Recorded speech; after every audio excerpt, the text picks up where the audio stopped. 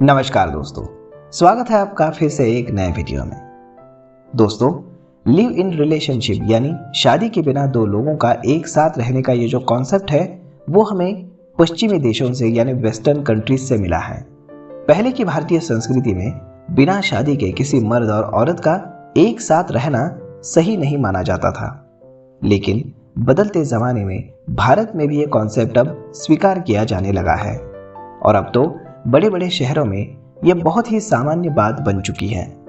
और यही नहीं, सुप्रीम कोर्ट ने भी लिव इन को एक वैध करार दिया है। लिव इन में रहना दो लोगों का बेहद ही निजी मामला है और इसे लेकर सुप्रीम कोर्ट ने लिव इन में रहने वाले लोगों के लिए कुछ नियम भी तय किए हैं।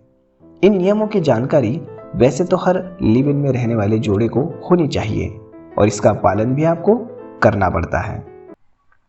सुप्रीम कोर्ट का यह कहना है कि दो बालिग लोग आपसी सहमति से एक दूसरे के साथ रह सकते हैं और यह कानून की नज़र में अवैध नहीं माना जाएगा। कोर्ट ऐसे कपल को पारंपरिक शादी में रहने वाले जोड़ों की तरह ही देखता है, बशर्ते वो कोर्ट के तय किए गए नियमों के साथ लिव इन में रहे तो। लिव इन रिलेशनशिप के लिए लड़का और लड़की दोनों का वयस्क होना जरूरी है।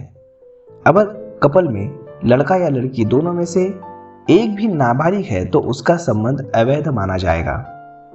ऐसे संबंध को लिव इन में नहीं माना जाएगा जिसमें वो कभी साथ रहे और कभी अलग, या फिर कुछ दिन साथ रहने के बाद अलग हो जाए।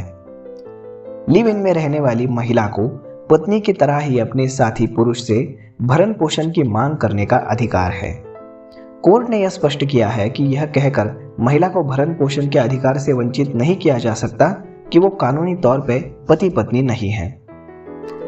सीआरपीसी की धारा 125 के तहत लिव इन रिलेशनशिप में रहने वाली महिलाएं अपने मेल पार्टनर से कोर्ट के जरिए भरण पोषण के लिए आर्थिक सहायता की मांग कर सकती है, यानी वो पैसे ले सकती है अगर उनसे अलग हो जाए तो। लिव इन में रहने के दौरान अगर कोई संतान पैदा होती है तो उसे अपने माता पिता की संपत्ति में पूरा अधिकार मिलेगा और इससे कोई भी लिव इन कपल बच नहीं सकता। लिव इन में अगर एक पार्टनर दूसरे पार्टनर से शादी का वादा करके शारीरिक संबंध बनाकर बाद में अगर मुकर जाता है तो यह भी एक अपराध माना जाएगा। इस स्थिति में पीड़िता अगर चाहे तो मामला दर्ज करके उसको सजा दिलवा सकती है। अगर कोई मर्द विवाहित और वो किसी दूसरी महिला के साथ लिव इन में रहने लगता है तो ये उसका निजी मामला है, इसीलिए यह अपराध के दायरे में नहीं आता है। अगर कोई शादीशुदा मर्द अपनी पत्नी को तलाक दिए बिना किसी दूसरी महिला से शादी कर लेता है तो आपराधिक मामला है, क्योंकि हिंदू मैरिज एक्ट के तहत पत्नी के होते हुए दूसरी शादी करना वैसे अपराध है। लिव इन में रहने वाली महिलाओं को शादीशुदा महिलाओं की तरह ही घरेलू हिंसा अधिनियम 2005 का संरक्षण मिलता है।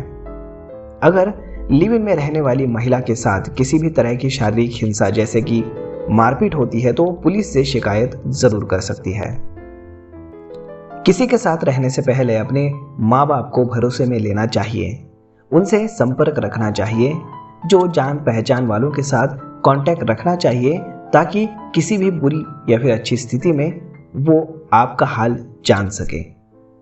किसी एक व्यक्ति पे लंबे वक्त तक फाइनेंशियल डिपेंडेंसी कई बार रिश्ते खराब कर देती है, इसीलिए हेल्दी रिलेशनशिप के लिए म्यूचुअल डिपेंडेंसी बहुत ज़रूरी है। लिव इन में रहना लड़का और लड़की दोनों के लिए बहुत ही बड़ा फैसला होता है और इसे बहुत ही सोच समझ के लेना चाहिए। कानून ने भले ही इस तरह के संबंध को मान्यता दे दी है, लेकिन सामाजिक ताने बाने में अभी भी ये स्वीकार्य नहीं है। अगर कोई कपल लिव इन में रहने की सोच रहा है तो उनके बीच भरोसा होना बहुत जरूरी है। शादी की तरह ही लिव इन रिलेशनशिप में भी एक दूसरे के प्रति ईमानदार रहना बहुत जरूरी है। लिव इन में रह रहे कपल को अपने पार्टनर के प्रति सम्मान होना चाहिए।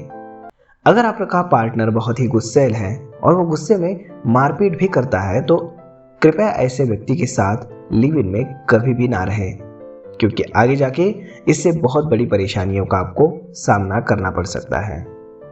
तो दोस्तों, ये कुछ बातें थी जिनसे आप लिव इन रिलेशनशिप में रह सकते हो।